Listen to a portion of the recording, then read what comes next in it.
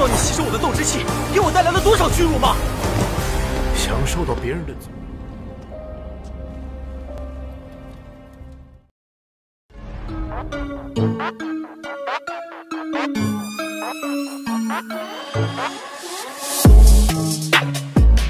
Halo guys, balik lagi sama kita di pembahasan Battle Through the Heaven season yang akan segera rilis. Tapi sebelum itu kita mau ingetin lagi ke kalian kalau video ini berisi spoiler cerita yang belum rilis. Jadi jika antara video dan narasi tidak ada kesamaan, mohon dimaklumi. Kuy, kita langsung ke kelanjutannya. Setelah mewarisi aura naga dari pil naga misterius Yin Yang, Xiaoyan pun pergi. Dalam perjalanannya, Yao Lao mengingatkan kembali mengenai Xiaoyan yang harus meluangkan waktu mencari gulungan teknik gelombang suara. Xiaoyan pun mengiyakan dan Yao Lao lanjut menambahkan bahwa ia akan jarang keluar ketika Xiaoyan sampai di Jianan. Jadi dengan begitu, Xiaoyan harus benar-benar mengandalkan diri sendiri ketika berada dalam kesulitan sekalipun. Selain itu, Xiaoyan juga harus mencari waktu untuk mempelajari gerakan 3000 kilat agar bisa kabur ketika tidak sanggup melawan musuh yang sangat kuat. Singkat cerita, setelah 3 hari terbang dengan cepat, Xiaoyan pun sampai di dekat Jianan lalu turun. Xiaoyan melihat sebuah kota kemudian menghampirinya. Setelah 10 menit berjalan, ia pun sampai di gerbang bertuliskan Kota Damai. Kota tersebut adalah kota pertama yang akan ditemui sebelum seseorang masuk ke Jianan. Tak lama, Xiaoyan pun bertemu unit penegak hukum yang akan memeriksa mereka sebelum masuk ke kota. Mereka diminta untuk melaporkan nama dan identitas. Setelah itu, mereka pun diharuskan meminum pil obat yang akan mereka berikan. Pil obat itu bertujuan untuk mendeteksi apakah ada niat membunuh bagi mereka yang baru masuk. Jika diketahui mereka memiliki niat membunuh, maka pil akan bersinar terang dan unit penegak hukum akan pergi ke sana. Tak lama Xiaoyan bertanya apakah siswa akademi juga harus meminum pil tersebut.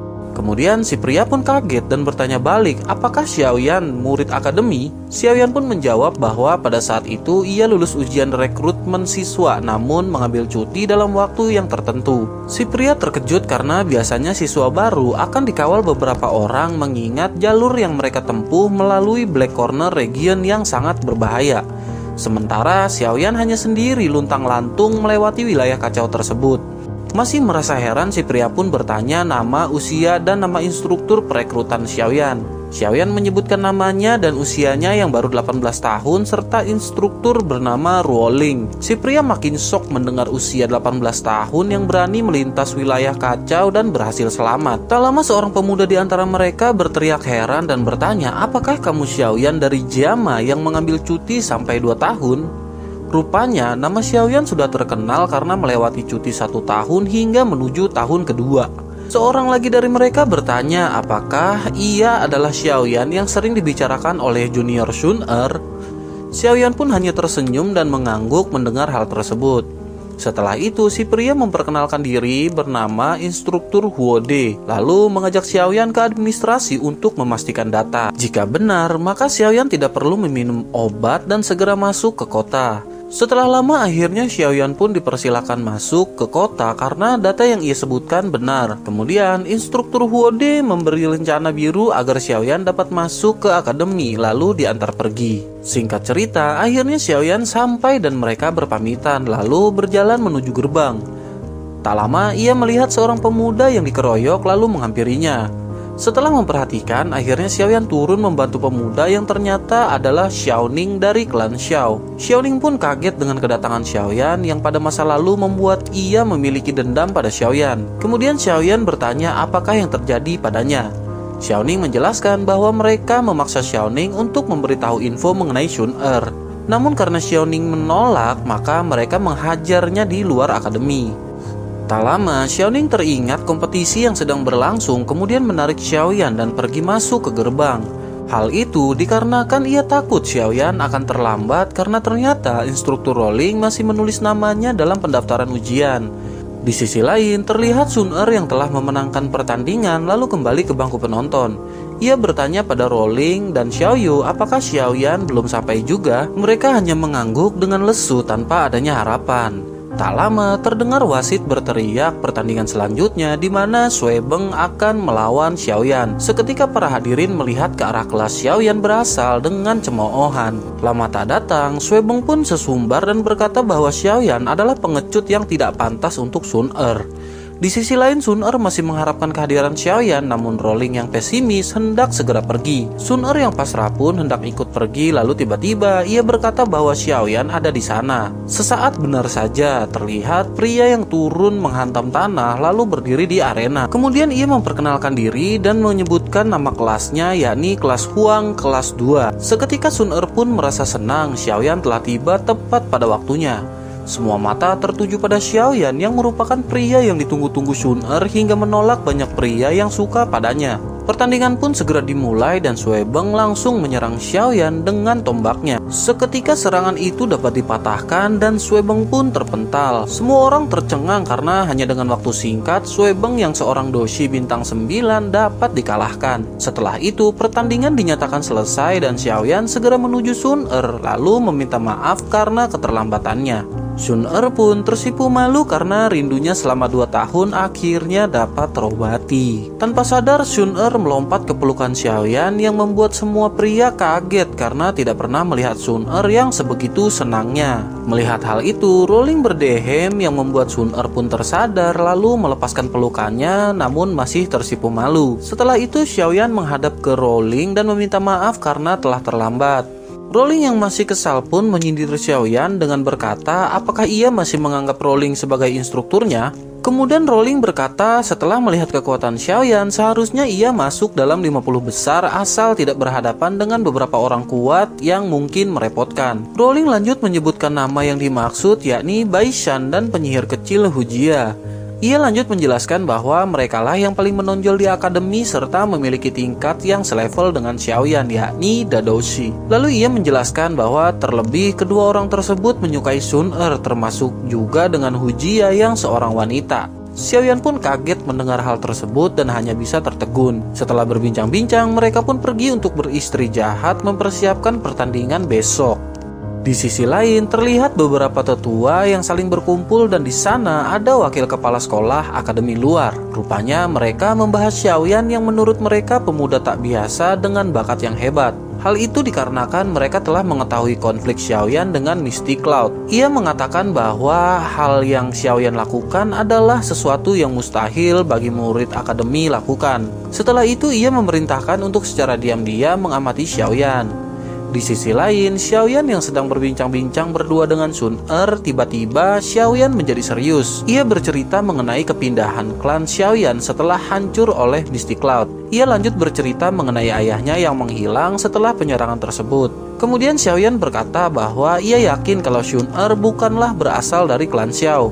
Terlepas dari benar atau tidaknya, Xiaoyan pun meyakini bahwa ada klan besar di belakang Sun Er. Xiaoyan lanjut bertanya apakah ini ada sangkut pautnya dengan klan di balik Sun Er. Sun Er pun lanjut menjawab bahwa memang benar ada klan besar di balik dirinya, namun ia baru mengetahui kalau klan Xiao telah diserang. Ia memang menyuruh seseorang untuk mencari informasi tentang Xiaoyan dan tidak mendapat laporan mengenai hal tersebut.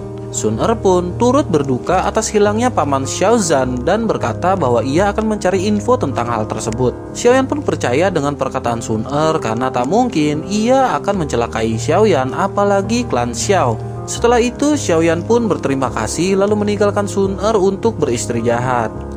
Keesokan paginya, mereka pun berkumpul di arena pertarungan dan terlihat para tetua sudah berada di sana. Xiaoyan melihat ke arah mereka, lalu Rowling menjelaskan bahwa yang di sebelah kiri adalah wakil kepala sekolah akademi luar. Dua di antaranya adalah orang yang berpengaruh di akademi, sementara yang satu adalah kepala departemen alkemis akademi. Kemudian Rowling lanjut menambahkan bahwa jika Xiaoyan masuk 5 besar, maka ia akan diberi akses untuk masuk ke ruang koleksi buku. Ia menjelaskan bahwa ruang koleksi buku adalah tempat terlarang dan hanya dapat diakses oleh 5 teratas yang lolos kualifikasi. Selain itu, jika beruntung, maka mereka akan mendapat manfaat yang tak bisa dibayangkan. Tak lama, gong pun berbunyi tanda pertandingan dimulai antara Departemen Alkemis Lumu melawan kelas Huang kelas 2 Xiaoyan. Rowling sedikit menjelaskan bahwa Lumu adalah murid top di Departemen Alkemis. Selain itu, kemampuan penyulingan obatnya juga mahir. Dalam kemampuan Doki juga tak bisa diremehkan. Tak lama Xiaoyan pun tiba di arena bersama dengan Lumu. Pertandingan pun dimulai dan Lumu segera menyerang. Setelah beberapa pertempuran, akhirnya Lumu mulai serius dan berkata bahwa ia adalah seorang alkemis, lalu mengeluarkan api esensi biru. Xiaoyan tersadar bahwa itu adalah Beast Flame, lalu Xiaoyan pun bersiap. Xiaoyan mengeluarkan pil ungu lalu memakannya dan tak lama keluar api ungu dari mulut dan tangannya. Lumu yang semula bangga pun ciut ketika melihat Xiaoyan juga memiliki api esensi. Ia lanjut menebak bahwa Xiaoyan juga mungkin merupakan seorang alkemis yang berada di tingkat 2. Xiaoyan hanya tersenyum dan tak lama Lumu segera menyerang Xiaoyan. Benturan pun terjadi dan arena dipenuhi dengan nyala api mereka berdua. Singkat cerita, pertandingan pun dimenangkan Xiaoyan dengan Lumu yang terikat esensi api. Lumu pun terkejut dan tak menyangka serta terkagum kepada Xiaoyan yang dapat mengendalikan api dengan sangat mahir. Di sisi lain, satu stadion tercengang karena Xiaoyan benar-benar membuat kejutan dapat mengalahkan beberapa siswa kuat di sana. Saat Xiaoyan kembali ke sisi arena, Rowling tertawa dan berkata bahwa tak heran Sun Er tak bisa melepaskan diri dari Xiaoyan. Setelah itu, pertandingan pun berlanjut di mana Wu Hao melawan Yao Cheng. Singkat cerita, Wu Hao pun berhasil menang lalu menghadap ke Xiaoyan dan menantangnya. Hal itu segera ditahan oleh wakil kepala sekolah bernama Hugan karena tak sesuai dengan aturan yang ada. Di sisi lain, Bai Shan menyayangkan karena akan seru jika Xiaoyan melawan Wu Hao sebelum berhadapan dengannya. Akhirnya Wu Hao pun pergi lalu Hugan memberitahu bahwa besok adalah hari terakhir ujian. Jadi mereka bisa bebas bertarung dengan siapa saja yang mereka mau. Singkat cerita, pertandingan pun selesai dan mereka kembali ke ruangan masing-masing. Begitu pula dengan Xiaoyan yang memanfaatkan waktunya untuk berlatih. Setelah beberapa jam, Xiaoyan pun membuka mata dan merasakan adanya peningkatan jumlah doki di tubuhnya. Ia mengira dengan kecepatan tersebut maka ia dapat naik ke Dadoshi bintang 6 dalam waktu 10 hari lagi. Kemudian Xiaoyan tertegun memikirkan kekuatannya yang menurutnya masih sangat lemah dan teringat akan ayahnya. Xiaoyan pun mengeluarkan giok peninggalan tetua klan Xiao sambil memikirkan keberadaan ayahnya. Kekesalan pun muncul dibarengi dengan gumpalan api hijau dari tangannya. Xiaoyan seketika terkejut melihat giok tersebut tahan terhadap suhu Green Lotus Core Flame. Xiaoyan terus memperhatikan giok tersebut hingga ia menyadari perbedaan sisi dari giok. Ia menduga bahwa mungkin giok ini diambil secara paksa dan terpisah dari sisi lainnya, lalu berniat menanyakan pada tetua klan Xiao di kemudian hari. Tak lama, Yao Lo muncul dan mengatakan bahwa ia tak merasakan kehadiran api surgawi di akademi. Xiaoyan terlihat sedih dan pesimis, namun Yao Lo mengatakan bahwa mungkin jejak api tersebut terletak di akademi dalam. Yao Lo lanjut menambahkan jika Xiaoyan dapat ke sana, mungkin mereka akan mendapat info tentang Fallen Heart Flame di sana. Singkat cerita, pagi hari pun tiba dan ujian akhir akan segera dimulai. Kemudian wakil kepala sekolah berkata bahwa pertarungan kali ini berbeda dari tahun lalu, yakni 50 peserta terpilih akan turun dalam satu arena pertempuran. Mereka semua pun terkejut lalu Hugan menambahkan bahwa hari ini tidak peduli metode apapun yang mereka gunakan serta bekerja sama untuk membuat kelompok, semuanya diperbolehkan. Xiaoyan merasa tertarik dengan metode pertarungan tersebut kemudian mengajak Sun Er untuk bergabung bersamanya. Tak lama pertarungan pun dimulai dan terjadi kekacauan di sana. Semakin lama semakin sedikit peserta di arena karena telah kalah. Akhirnya tersisa Bai Shan yang bertarung dengan Xiaoyan sementara Sun Er menghadapi beberapa anak buahnya. Bai Shan pun terus menyerang namun berhasil ditahan oleh Xiaoyan. Tak lama Xiaoyan pun mengeluarkan api hijau yang membuat semua tercengang lalu gantian menyerang Bai Shan. Kembali ke Xiaoyan yang secara brutal menyerang Bai Shan yang seolah menjadi samsak tinju Xiaoyan hingga armor dokinya retak. Tak lama doki Xiaoyan pun membesar yang menandakan ia akan menerobos naik ke tingkat berikutnya. Sun Er yang menyadari hal itu pun merasa khawatir karena ketika seorang menerobos naik maka tak boleh ada gangguan dari luar. Hal itu dikarenakan jika ada gangguan serius maka hidup seorang akan hilang. Sun Er pun menanyakan keadaan Xiaoyan lalu berinisiatif untuk menahan mereka selama mungkin. Xiaoyan pun tak bisa menolak dan meminta waktu selama 10 menit. Kesempatan itu digunakan Baishan untuk bekerja sama dengan Hujia dan Wu Hao untuk segera menyerang Xiaoyan. Sun Er pun berusaha sekeras mungkin menahan mereka hingga di akhir Sun Er memuntahkan seteguk darah akibat serangan Baishan. Hujia dan Wu Hao pun mengecam tindakan Baishan karena telah melukai Sun Er yang mereka sukai. Tak lama Sun Er pun hendak mengeluarkan jurusnya, namun ditahan oleh tangan putih halus di belakangnya sambil berkata, "Untuk sekarang serahkan padaku." Xiaoyan bangkit dan telah naik ke bintang 6 Dadoushi lalu meminta Sun Er untuk beristri jahat memulihkan diri. Xiaoyan pun segera menatap ke arah Baishan kemudian berkata perubahan pertama dari 3 perubahan misterius api surgawi. Seketika gumpalan kabut api membesar dan kekuatan Xiaoyan meningkat membuat semua orang tercengang. "Darling," ucap Baishan sambil bergetar menatap ke arah Xiaoyan. Seketika Xiaoyan pun melesat menyerang dan membuat mereka semua terpental. Setelah itu Xiaoyan pun mengeluarkan api ungu lalu digabungkan dengan api hijau membentuk teratai yang diarahkan kepada mereka bertiga. Mereka pun terkapar tak berdaya lalu kompetisi pun berakhir dengan Xiaoyan dan Sun Er di peringkat teratas.